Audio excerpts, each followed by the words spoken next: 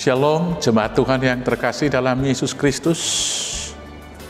Mari kita lakukan segala aktivitas hari ini hanya untuk satu tujuan, melayani Tuhan untuk kemuliaan-Nya, agar hidup kita menjadi berkat bagi banyak orang dan segala makhluk. Maka supaya tugas panggilan itu dapat kita lakukan dengan baik, biarlah segala pikiran, perkataan dan perbuatan kita alaskan di atas dasar firman Tuhan, agar Tuhan yang memimpin.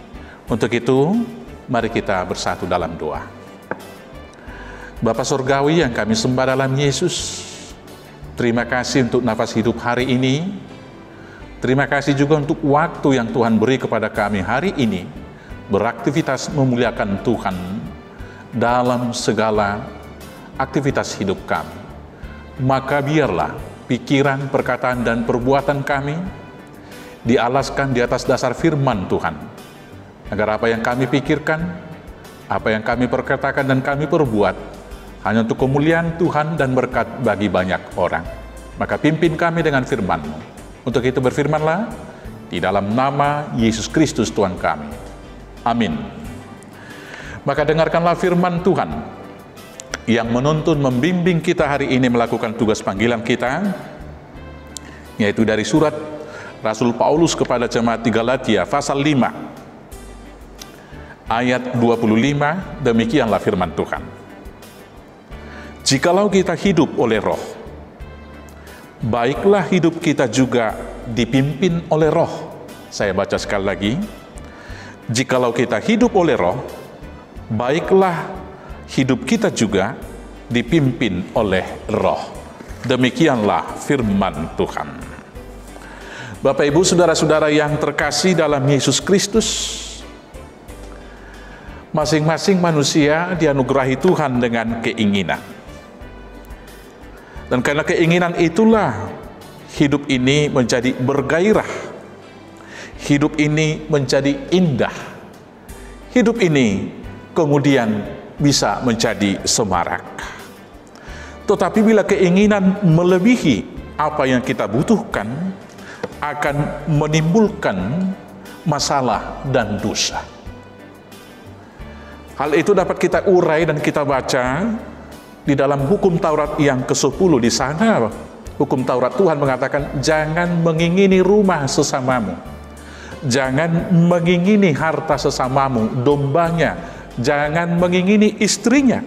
Bila kita menginginkan rumah sesama kita, istri sesama kita, harta sesama kita, itu sudah melanggar hukum Taurat, maka di sana akan terjadi pertikaian, akan terjadi sengketa. Maka keinginan yang tidak dilandaskan di atas dasar firman Tuhan akan membuat dan menimbulkan pertikaian di dalam kehidupan kita. Kita juga diajarkan oleh firman Tuhan tentang hal itu oleh Yakobus. Apabila kita baca Yakobus 4 ayat 1 dan 2 dikatakan demikian. Dari manakah datangnya sengketa dan pertengkaran di antara kamu? Bukankah datangnya dari hawa nafsu yang saling berjuang di dalam tubuhmu? Kamu mengingini sesuatu, tetapi kamu tidak memperolehnya, lalu kamu membunuh. Kamu iri hati, tetapi kamu tidak mencapai tujuanmu. Lalu kamu bertengkar dan kamu berkelahi. Demikianlah keinginan yang tidak dipuaskan.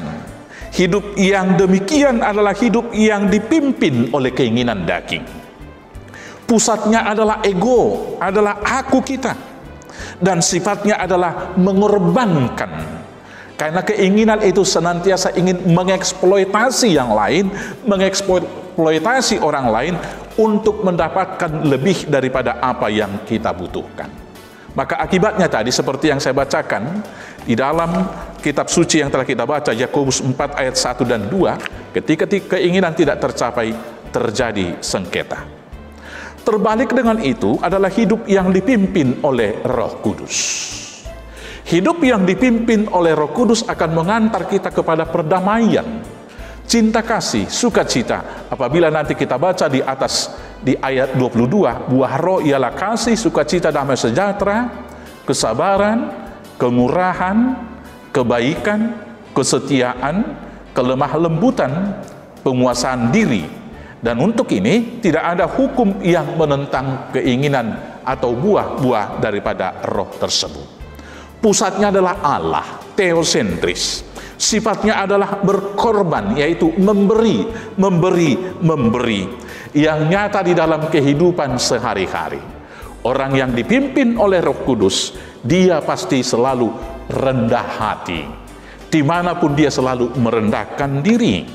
Orang yang dipimpin oleh Roh Kudus, dia senantiasa mengasihi. Sifatnya adalah memberi.